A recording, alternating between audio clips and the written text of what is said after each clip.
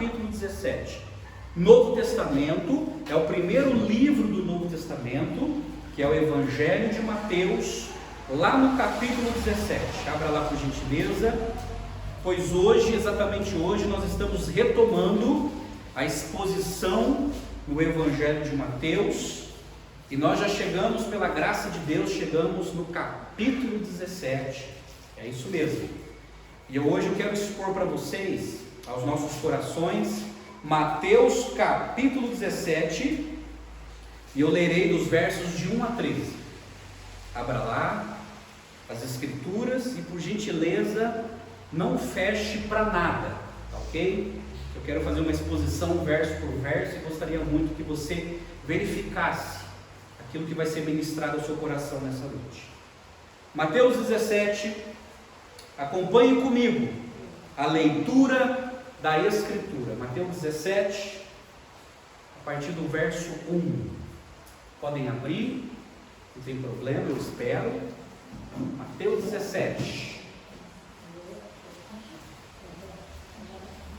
Muito bem. E o assunto desse texto, eu já adianto para vocês, é o seguinte: a glória de Jesus na transfiguração.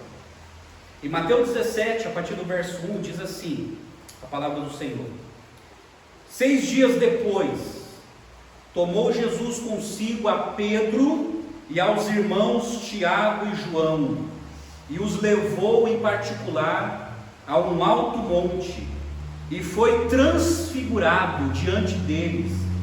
O seu rosto resplandecia como o sol, e as suas vestes tornaram-se brancas como a luz.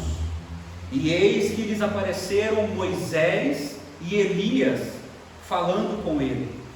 Então disse Pedro a Jesus: Senhor, bom é estarmos aqui. Se queres, farei aqui 3 tendas. Uma será tua, outra para Moisés, outra para Elias. Falava ele ainda quando uma nuvem luminosa os envolveu, e eis vindo da nuvem uma voz que dizia: Este é o meu filho amado, em quem me comprazo, a ele ouve. Ouvindo-a, os discípulos caíram de bruços, tomados de grande medo. Aproximando-se deles, tocou-lhes Jesus, dizendo: Erguei-vos e não temeis. Então, eles, levantando os olhos, a ninguém viram, senão Jesus. E descendo eles do monte, ordenou-lhes Jesus: a ninguém conteis a visão, até que o Filho do Homem ressuscite dentre os mortos. Mas os discípulos o interrogaram: por que dizem, pois, os escribas ser necessário que Elias venha primeiro? Então Jesus respondeu: de fato, Elias virá e restaurará todas as coisas. Eu, porém, vos declaro que Elias já veio e não o reconheceram, antes fizeram com ele tudo quanto quiseram. Assim também o Filho do Homem há de padecer nas mãos deles. Então os discípulos entenderam que lhes falara a respeito de João Batista. Até aqui, mantenha sua Bíblia aberta e vamos orar mais uma vez. Pai amado, nós estamos diante da Tua santa palavra e rogamos, ó Deus, que o Teu Santo Espírito fale ao nosso coração, pois é assim que o Senhor procede, ó Deus. Fortalece a nossa fé, fala conosco, nós queremos ouvir a Tua voz através da exposição da Tua palavra, e também queremos contemplar a glória de Cristo nas Escrituras. Fala ao coração, ó Deus, dos meus irmãos que estão aqui e daqueles que assistiram esse vídeo. Nós oramos, ó Deus, e rogamos a Ti, em nome do Senhor Jesus. Amém e amém. Amados, chegamos em Mateus capítulo 17. Mateus capítulo 16, a gente viu a supremacia de Cristo, as advertências de Cristo, e a gente viu sobre a missão de Jesus e o preço e o privilégio de ser um seguidor de Jesus. A gente viu isso em Mateus 16, que trata da identidade de Jesus. Mateus capítulo 17 já trata da glória de Jesus. Agora é interessante que Mateus capítulo 17, ele tem 27 versículos, e a sequência da história, do verso de 1 a 13, a gente vê que Jesus, ele revela a sua glória. Do verso 14 ao 21, Jesus cura um jovem. Do verso 22 e 23, Jesus profetiza sobre a sua traição. E do verso 24 ao 27, Jesus paga o imposto do templo naquela época. Agora, qual é o foco de Mateus capítulo 17? É a glória de Cristo.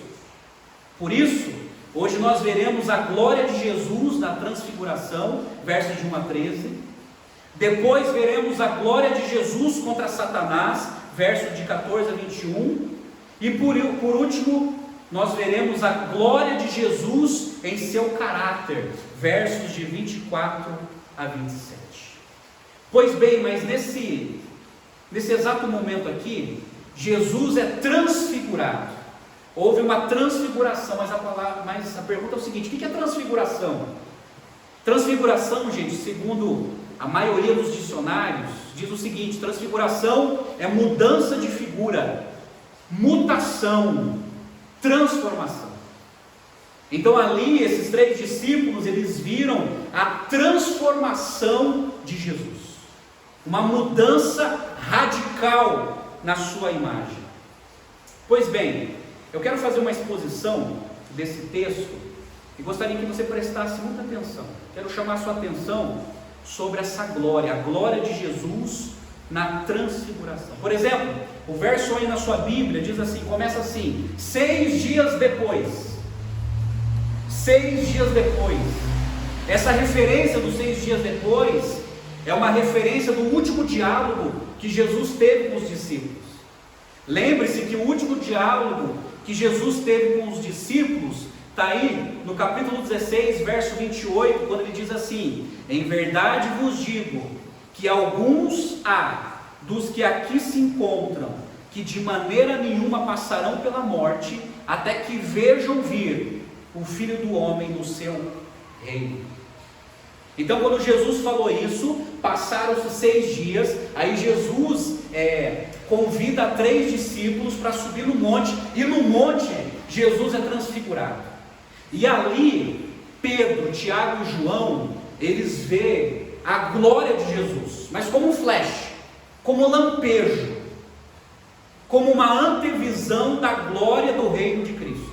E Cristo, ele é transformado naquele momento, ele mostra de maneira muito rápida a glória dele e do reino dele. É por isso que o verso 28 ele tem sentido quando você entende isso. Quando Jesus fala assim: alguns de vocês não morrerão até ver a glória do meu reino. Isso aconteceu aqui no verso 1.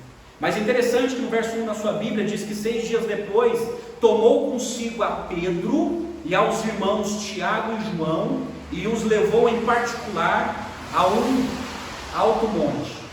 Jesus ele chama 3 discípulos, gente. Esses discípulos eles eram um círculo mais próximo de Cristo Jesus. Isso é, olha só, pensa comigo. 1 Coríntios capítulo 15, o apóstolo Paulo, ele fala que 500 pessoas viu Jesus ressuscitado. Então pensa nesse círculo, 500 pessoas. Com certeza essas 500 pessoas eram todos seguidores de Jesus, viram Jesus ressuscitado, diz o apóstolo São Paulo em 1 Coríntios capítulo 15. Em Lucas capítulo 10, Jesus diz que ele enviou 70 discípulos para evangelizar. Daí já diminui o círculo. Desses 70 discípulos, Jesus chama 12 para serem apóstolos. Aí diminui o círculo. Desses 12 apóstolos, 3 tinham mais afinidade com Jesus: Pedro, Tiago e João. Diminuiu mais ainda o círculo. E desses 3, diz a Bíblia que só João que tinha a coragem e o carinho de encostar no ombro de Jesus. Talvez fosse o caçula, né? Mas é interessante que Jesus ele seleciona esses 3, ele leva para esse monte, E lá Jesus se transfigura. E não é a primeira vez que Jesus chama esses três. Por exemplo, em Mateus capítulo 26, verso 37, Jesus chama os três para orar com ele em um lugar separado no Getsemane. Jesus está lá no Getsemane com todos os apóstolos, mas ele vai para um outro lugar específico e chama os três para orar com ele. Lógico, os três acabam dormindo. Em Marcos capítulo 5, verso 37, Jesus chama os três de novo para entrar na casa de um dirigente de uma sinagoga, e Jesus ressuscita a filha desse dirigente. E lá está quem? Pedro, Tiago e João sendo testemunha ocular. E o verso 1 diz que Jesus levou em particular esses três a um alto monte. Gente, existe um debate sobre esse monte. Alguns estudiosos dizem que é o Monte Tabor, alguma tradição diz, mas muitos estudiosos dizem que é um outro monte, o Monte Hermon. E eles dizem por causa da geografia. Por exemplo, os estudiosos identificam este alto monte como conhecido Monte Hermon, que fica a 22 quilômetros de Cesareia de Filipe, onde ele estava, erguendo-se a 3.000 metros acima do nível do mar. Então esse Monte Hermon é o lugar mais plausível quando aconteceu isso aqui. Só que Lucas capítulo 9 verso 28, o texto de Lucas, que é um texto paralelo, contando a mesma história, Lucas 9, 28, ele nos informa assim, que Jesus subiu neste monte para orar. E Jesus fazia muito isso, gente. Ele separava tempo para orar. E ele levou seus três discípulos, Pedro, Tiago e João, que eram irmãos. Inclusive Tiago foi o primeiro apóstolo que foi assassinado. Está lá em Atos capítulo 12. Depois, anos mais tarde, Pedro também foi martirizado, crucificado de cabeça para baixo. E só João, que foi o único que morreu de forma natural. No verso 2, é interessante que o escritor de Mateus, ele mostra alguns acontecimentos. Gente, olha só, quando Mateus ele fala desse monte, ele sempre está criando uma conexão com o Antigo Testamento, porque no Antigo Testamento é no monte que muitas vezes Deus se revelou. E como Mateus ele escreveu esse evangelho como uma cartilha para evangelizar os judeus, você sempre vê essa conexão, Jesus no monte, ele foi no monte. Por exemplo, em Êxodo capítulo 19, verso 3, Moisés subiu no monte para encontrar-se com Deus, e lá ele recebeu o decálogo, os 10 mandamentos. Em 1 Reis capítulo 19, Elias também foi ao monte e teve um encontro com Deus. Então Mateus, inspirado pelo Espírito Santo, ele escreve o seu evangelho sempre fazendo essa conexão, trazendo na cabeça dos judeus o seguinte: esse Jesus é o Messias, e a sua história está conectada no Antigo Testamento, e o Antigo Testamento aponta para Cristo. Agora, olha que interessante no verso 2 aí na sua Bíblia. No verso 2 diz assim: depois que Jesus subiu no monte, ele levou os 3 discípulos, diz assim o verso 2: e foi transfigurado diante deles, o seu rosto resplandecia como o sol, e as suas vestes tornaram-se brancas como a luz. Jesus foi transfigurado, ele foi transformado diante dos 3 discípulos. A humanidade de Jesus foi transfigurada, e essa palavra, gente, transfiguração, vem de uma palavra grega, metamorfose, né? Isso sim é uma metamorfose ambulante. Essa metamorfose Raul Seixas não conhecia. Ele foi transfigurado, ele foi transformado diante dos olhos daqueles 3 discípulos. E o apóstolo João, ele foi tão impactado com esse acontecimento, que no seu evangelho, capítulo 1, verso 14, ele escreveu assim, presta atenção, ele escreveu assim: aquele que é o verbo tornou-se carne e viveu entre nós. Vimos a sua glória, a glória como do unigênito vindo do Pai, cheio de graça e de verdade. Nós vimos a sua glória, a glória do unigênito do Pai, cheio de graça e de verdade. Mas a pergunta que não pode calar é o seguinte: por que Jesus teve que se transfigurar? Porque Jesus mostrou para eles essa glória.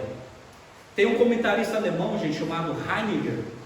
Ele comenta assim, ele diz assim: provavelmente um profundo desânimo se apoderou dos 12 em decorrência do anúncio franco de sua morte próxima, lá em Mateus 16. Eles permaneceram consternados durante os 6 dias. No exato momento em que acreditavam ter chegado ao alvo de sua esperança pelo Messias, viram-se de repente como que lançados no abismo. Jesus precisava agir contra a dor na alma dos seus discípulos. Talvez os seus discípulos ficaram desanimados, porque em Mateus 16, Jesus deixou bem claro: olha, eu vim para morrer. Eu vou ser maltratado nas mãos dos principais líderes religiosos. E com certeza isso deve ter deixado o coração deles desanimado. Mas daí Jesus, ele seleciona 3, os leva no monte, e ele apresenta a sua glória, o seu poder. Agora é interessante, gente, que no verso 2 diz que o seu rosto resplandecia como o sol, e as suas vestes tornaram-se brancas como a luz. Foi algo poderoso, glorioso. Agora no verso 3, acompanha comigo aí na sua Bíblia, e diz assim: e eis que lhes apareceram Moisés e Elias, falando com ele. E Pedro, Tiago e João vendo isso. Moisés representava a lei, e ele foi o grande legislador de Israel. Elias representava os profetas, e ele foi um dos grandes profetas que marcou a história de Israel. Moisés havia morrido no Monte Nebo, e seu sepultamento, gente, foi feito pelo próprio Deus. Está lá em Deuteronômio capítulo 34. Moisés morreu, vendo de longe a terra prometida, o próprio Deus o sepultou, e o seu corpo nunca foi achado. Até hoje é um mistério. Elias, ele foi trasladado do mundo para o céu num redemoinho, num carro de fogo. Está lá em 2 Reis capítulo 2, verso 11.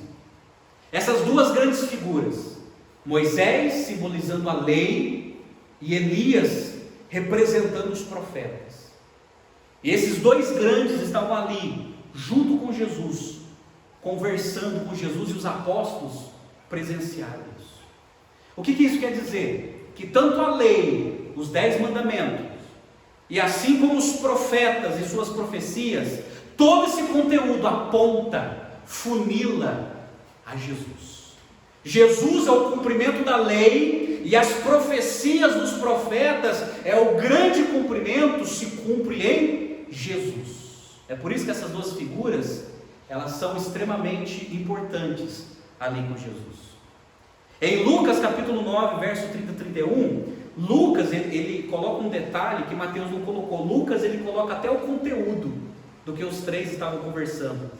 Diz assim, Lucas 9, 30 e 31: e eis que 2 varões falavam com ele, Moisés e Elias, os quais apareceram em glória, falavam da sua partida, que ele estava para cumprir em Jerusalém. O conteúdo da conversa entre os 3 compadres era sobre a morte de Jesus, que Jesus ia partir. Essa palavra partida é uma palavra grega êxodos, de onde vem o nome do livro, Êxodo, partida, passagem, e que Jesus ia morrer pelos pecados do seu povo, e ele ia ressuscitar. Ali, gente, imagina o quadro, imagina o cenário, os discípulos ali vendo Jesus transfigurado, e as 2 grandes personagens de Israel estavam ali diante de Jesus, estavam ali conversando sobre a morte de Jesus e a ressurreição de Jesus.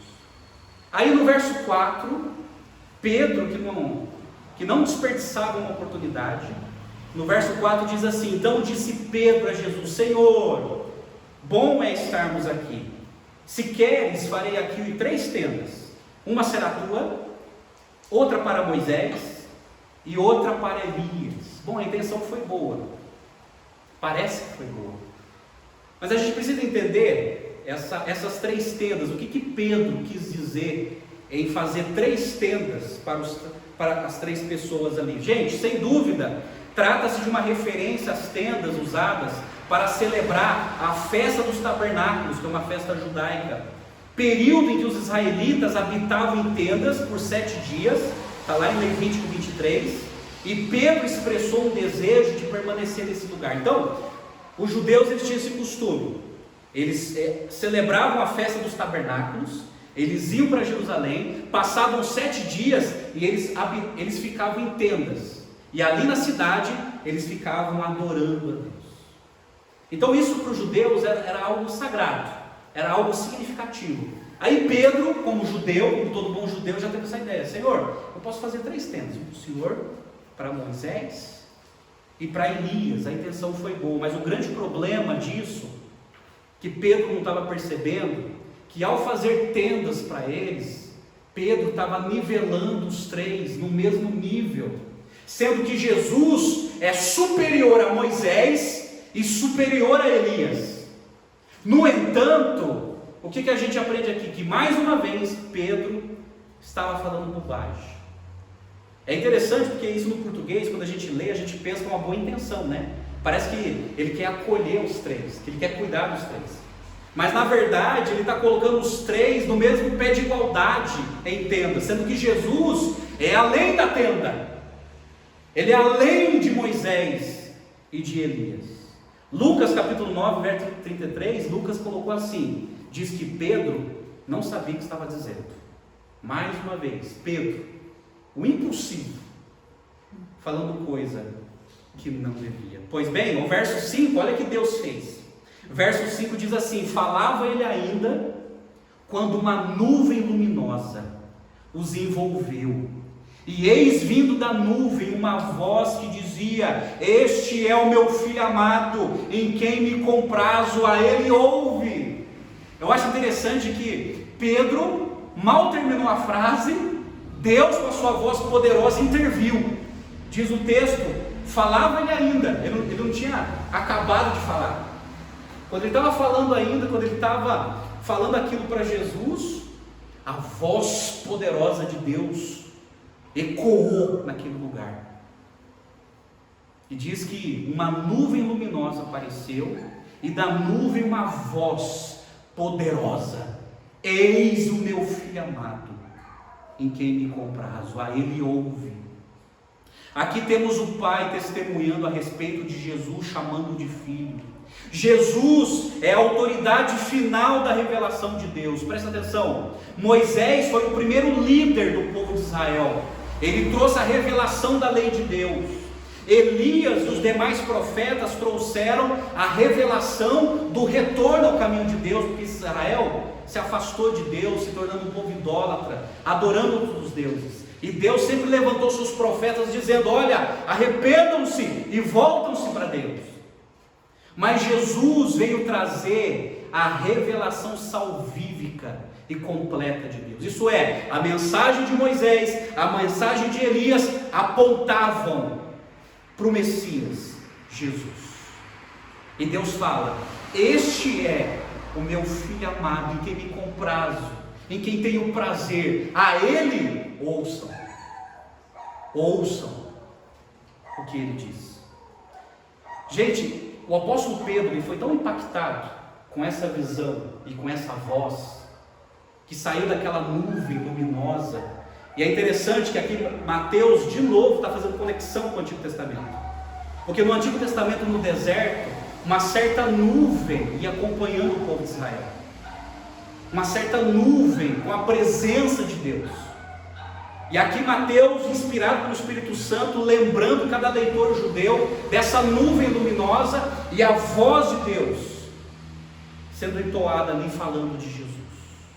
E o apóstolo Pedro, gente, ele foi tão impactado com esse acontecimento, que ele solenemente ele escreve a sua segunda carta, capítulo 1, verso 16 e 17, ele escreveu assim, uma carta para as igrejas da época dele. Ele escreveu assim: porque não vos demos a conhecer o poder e a vinda de nosso Senhor Jesus Cristo, seguindo fábulas engenhosamente inventadas, mas nós mesmos fomos testemunhas oculares da sua majestade, pois ele recebeu da parte de Deus Pai honra e glória, quando pela glória excelsa lhe foi enviada a seguinte voz: este é o meu filho amado, em quem me comprazo. E anos depois, isso foi escrito, depois desse acontecimento. Isso impactou a vida de Pedro, a visão, a nuvem, a voz poderosa de Deus dizendo: esse é meu filho amado. Ouçam, ouçam. Aí, gente, no verso 6 e 8, diz assim: ouvindo os discípulos, caíram de bruços, tomados de grande medo. Aproximando-se deles, tocou-lhes Jesus, dizendo: erguei-vos, não temeis, não temais. Então eles, levantando os olhos, a ninguém viram, senão a Jesus. Qual foi a reação dos discípulos? Eles ouviram a voz poderosa de Deus, caíram de bruços e tiveram medo. E medo aqui, gente, não é no sentido de temor, de reverência a Deus, é medo mesmo, é pavor. Eles ouviram a poderosa voz de Deus e caíram de bruços, foram para o chão, foram nocauteados e tiveram medo. Aí, qual foi a bondade de Jesus? Jesus se aproxima, toca neles e diz: erguei-vos, não temais. E aí eles viram só Jesus, só Jesus. Não havia mais a nuvem, não havia mais Moisés e Elias, só havia Jesus. E Jesus toca nele: ergam, se ergam, não tenham medo, não tenham medo. Aí no verso 9 diz assim: e descendo eles do monte, olha que Jesus pediu, ordenou-lhe Jesus: a ninguém conteis a visão, até que o Filho do Homem ressuscite dentre os mortos. Eu acho interessante, gente, Jesus, porque Jesus, ele não era preocupado ele não tinha preocupação com popularidade, com propaganda e marketing, ele não tinha carência de se destacar, não. Aquela visão gloriosa dos apóstolos dele, falou: não conte a ninguém, não fala para ninguém até eu ressuscitar.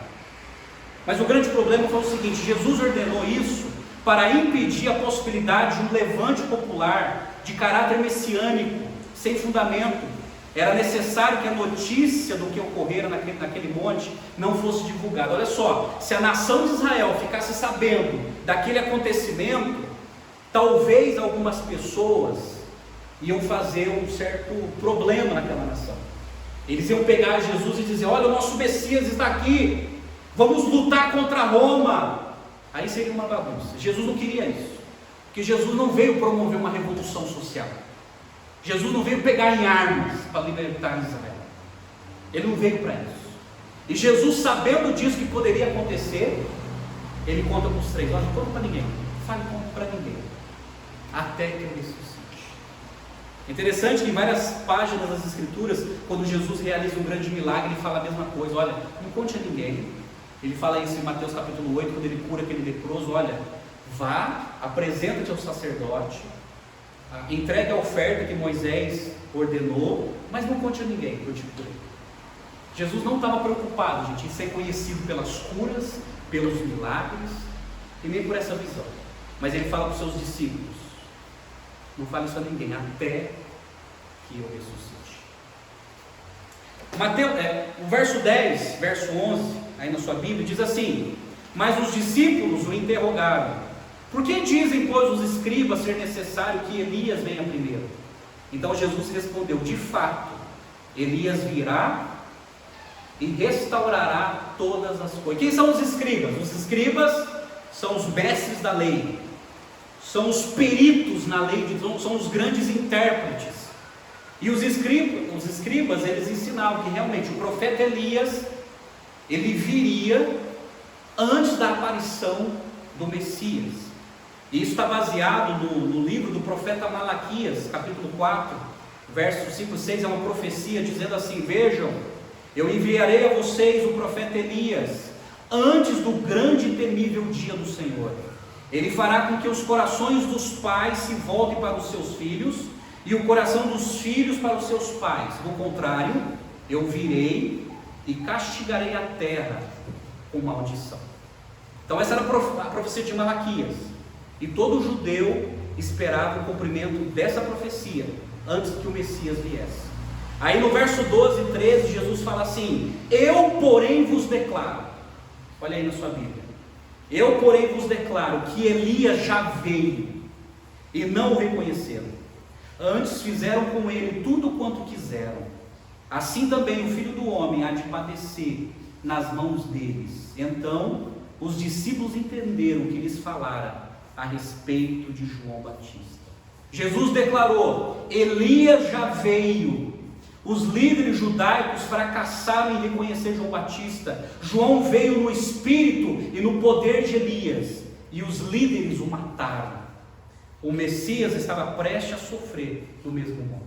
Então essa profecia, gente, se cumpriu em João Batista. João Batista foi o Elias.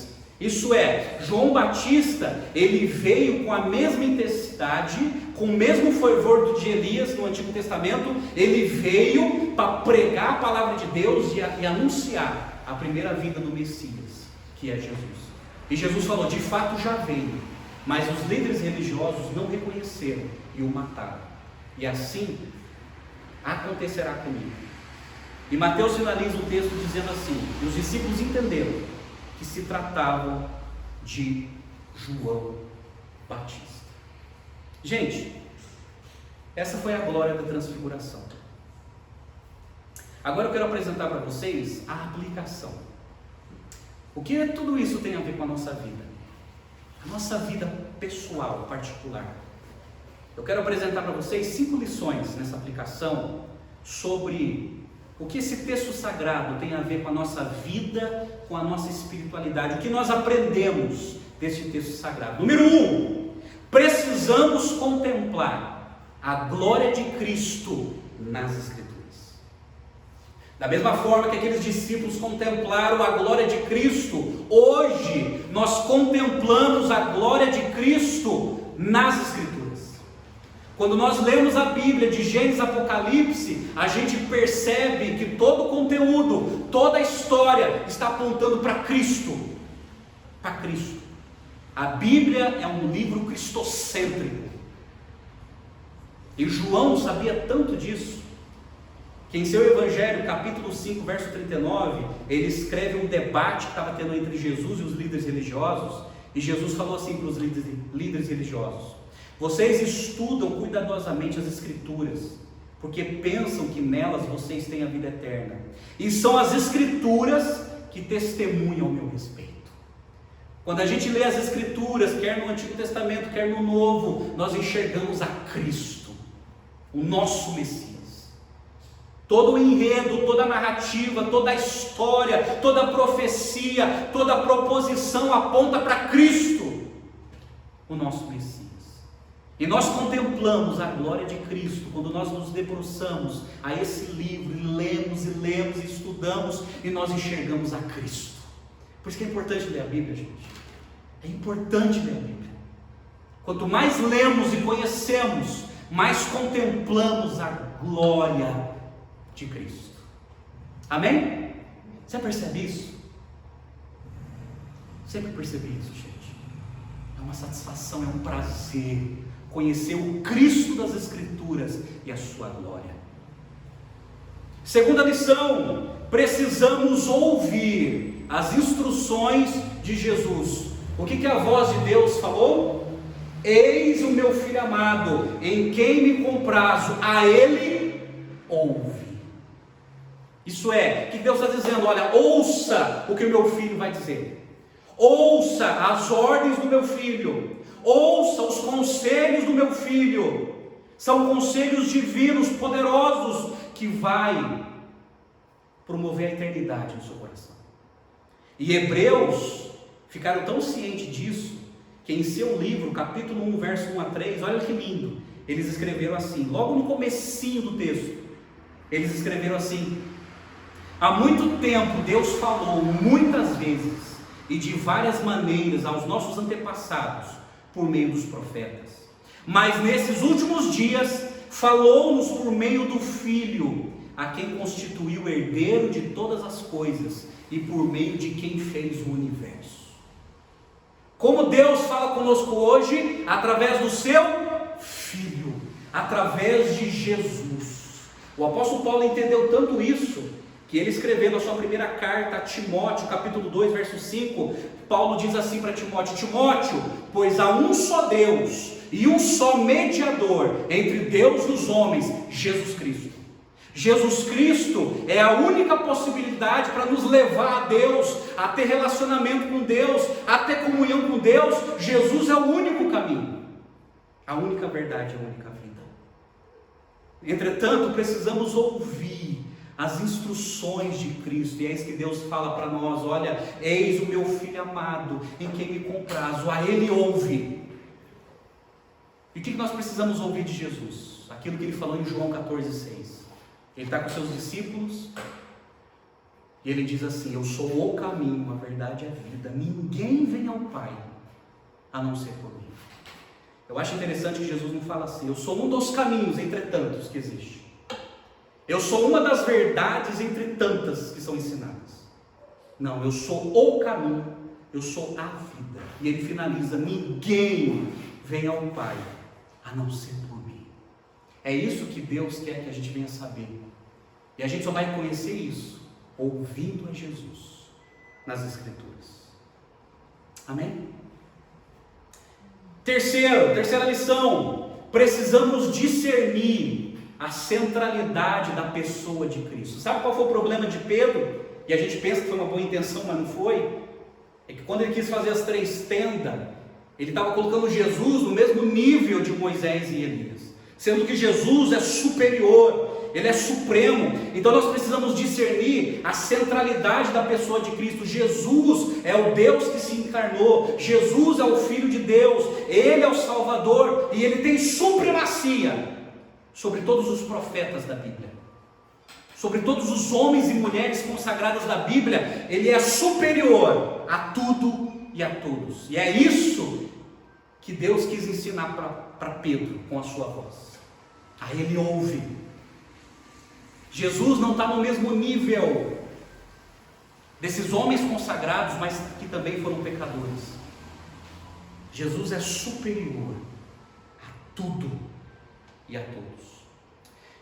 Certa vez, gente, um pastor anglicano muito consagrado chamado John Charles Riley, ele faz uma solene alerta falando desse texto. Ele escreveu assim: bispos, padres, diáconos, cardeais, o Papa, os concílios, os pregadores, ministros de grupos evangélicos são continuamente exaltados a uma posição que Deus jamais tensionou que preenchessem, usurpando assim a honra devida a Cristo.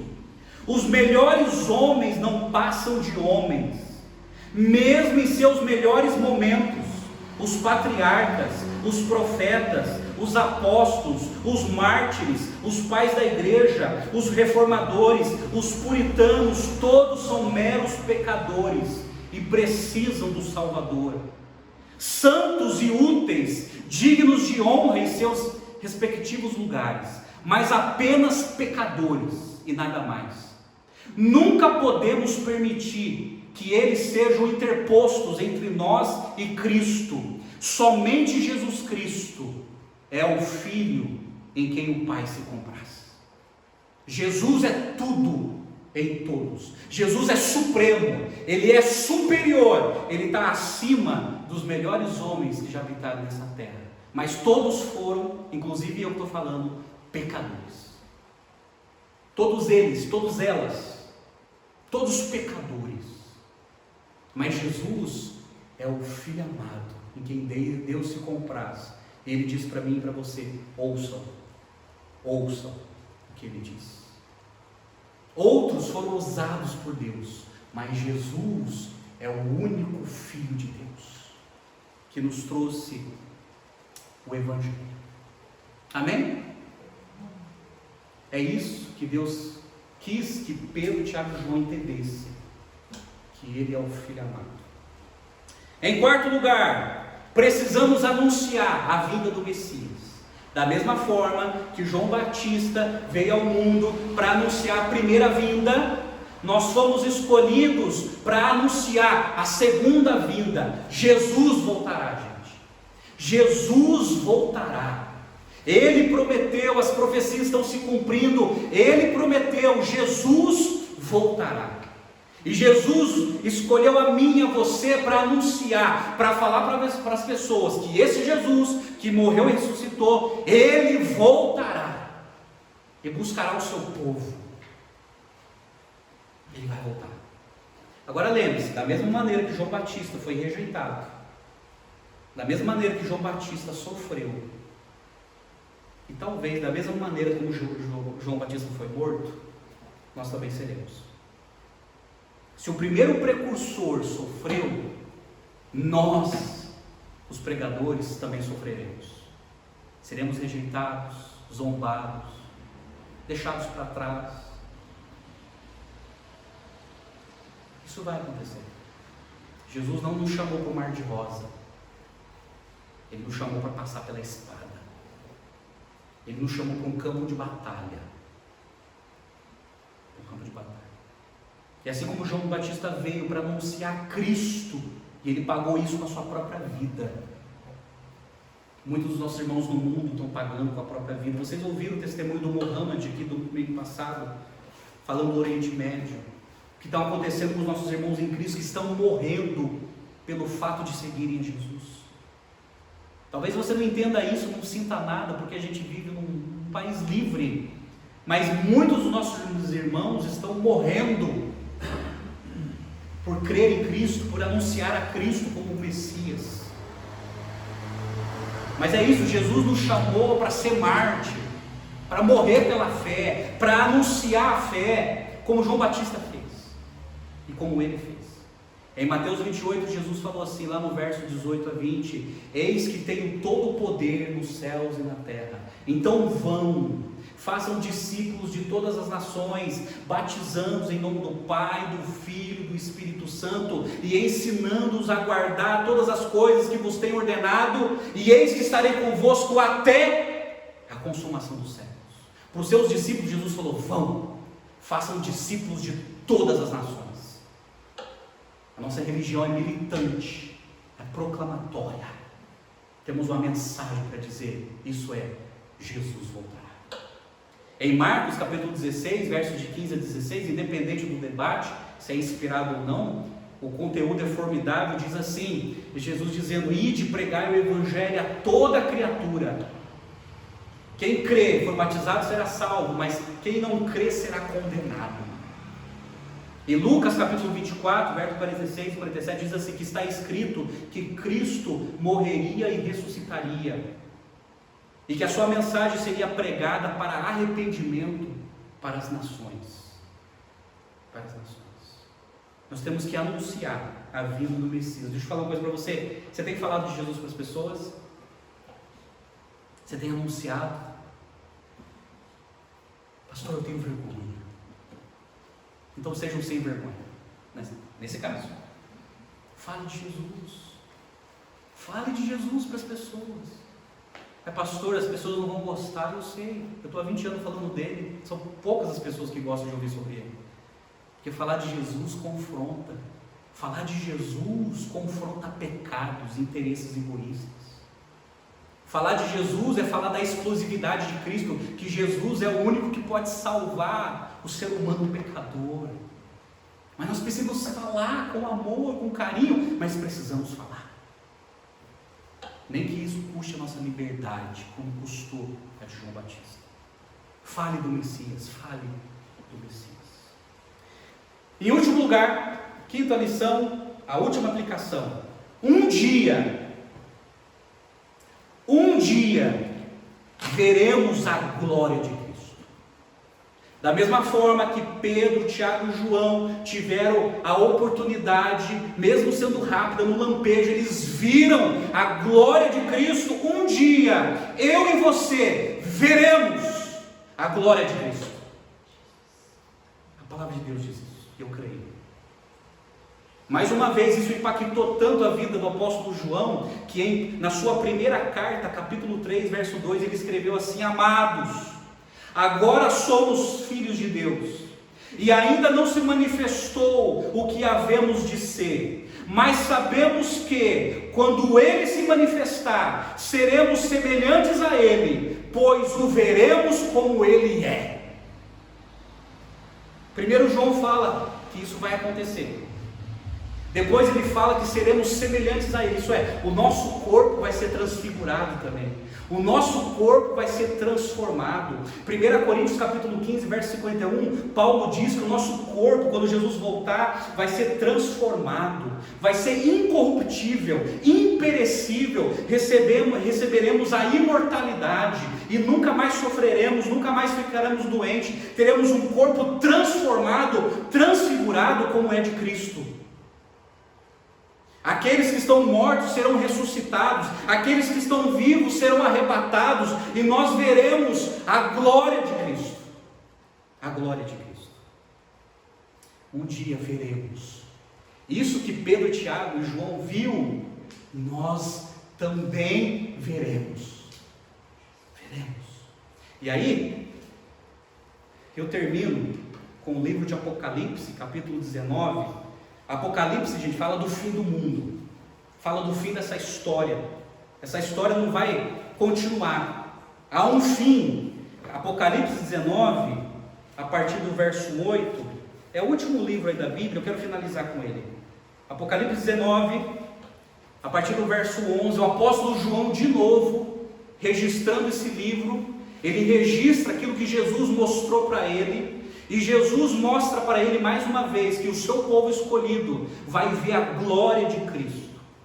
E Apocalipse capítulo 19, verso 11, João escreve assim: vi o céu aberto, e eis um cavalo branco, o seu cavaleiro se chama Fiel e Verdadeiro, e julga e peleja com justiça, os seus olhos são chama de fogo, na sua cabeça há muitos diademas, tem um nome escrito que ninguém conhece, senão ele mesmo, está vestido com um manto tinto de sangue, e o seu nome se chama o Verbo de Deus, e seguiam-nos os exércitos que há no céu, montando cavalos brancos com vestiduras de linho finíssimo, branco e puro. Sai da sua boca uma espada afiada, para com ela ferir as nações, e ele mesmo as regerá com cetro de ferro, e pessoalmente pisa o lagar do vinho do furor da ira do Deus Todo-Poderoso. Tem no seu manto e na sua coxa um nome escrito: Rei dos Reis e Senhor dos Senhores.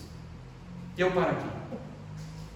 Essa é a visão que Jesus está mostrando para João, e João está registrando. Olha, um dia a gente vai ver a glória de Cristo. Ele é o Rei dos Reis, o Senhor dos Senhores, e Ele vai reinar com cetro de ferro. Ele vai governar o seu povo, aqueles que o seguiram e o amaram. Jesus vai derrotar os seus inimigos, o falso profeta, Satanás, o anticristo, vão ser lançados no lago de fogo e enxofre, e todos aqueles também que não seguiram a Jesus serão lançados no lago de fogo e enxofre e sofrerão. Mas aqueles que amaram a Cristo, aqueles que seguiram a Cristo, contemplarão a glória de Cristo. Amém, gente? Essa promessa é para mim e para você. Você que ama a Jesus, você que segue a Jesus, você que foi perdoado por Jesus, você que reconheceu o seu pecado, você que se desarmou do seu orgulho, da sua soberba e confiou em Jesus, você que deixou de confiar na sua religiosidade, na sua moralidade para chegar até Deus, você que chegou à seguinte consciência: olha, eu preciso ouvir a Cristo, a minha vida precisa estar com Cristo. A esses, um dia verão a glória de Cristo, a glória de Cristo. Amém? Fez sentido para você? Eu quero convidar você a entregar a sua vida a Jesus, a andar com Jesus, porque aqueles que o seguem, um dia verão a glória de Jesus. Aquilo que Pedro, Tiago e João viram como um lampejo, nós o veremos, nós contemplaremos, nós ouviremos a voz poderosa e consoladora de Cristo. e viveremos com Cristo para sempre e sempre. Assim diz a palavra do Senhor. Amém? Vamos orar? Vamos orar. Ó Deus amado, obrigado pela Tua palavra, Senhor. Nós cremos na Tua palavra. Como Pedro disse, isso aqui não é algo engenhosamente inventado pelas cabeças humanas, mas é o Teu Espírito soprou, os Teus servos registraram, e nós cremos de todo o coração. Ó Deus, nós queremos ver a glória de Cristo, como está registrado aqui em Apocalipse. Ó Deus, prepara-nos para o grande dia do Senhor, o grande e temível dia do Senhor. Ó Deus, abençoe a cada um que está aqui na igreja, aqueles que estão em suas casas, que cada um possa refletir nessa mensagem, e ajuda-nos, ó Deus, a seguir a Jesus com integridade, com paixão, falando dele para as outras pessoas que precisam de salvação. Ó Deus, usa a nossa vida como usaste a vida de João Batista. Usa-nos, ó Deus, com intrepidez, com amor e coragem. Ó Deus, nós queremos falar de Jesus. E que a Tua glória, através das Escrituras, seja resplandecida nos corações daqueles que o Senhor chamará para a salvação. Pois conhecerão a verdade, e a verdade libertará cada cativo, e a luz do Evangelho vai resplandecer em cada coração. Ó Deus, obrigado, Deus, porque um dia, mesmo não merecendo, o Senhor nos chamou para seguir a Jesus. Obrigado, Deus. Nós te agradecemos de todo o nosso coração, em nome do Senhor Jesus. Amém e amém.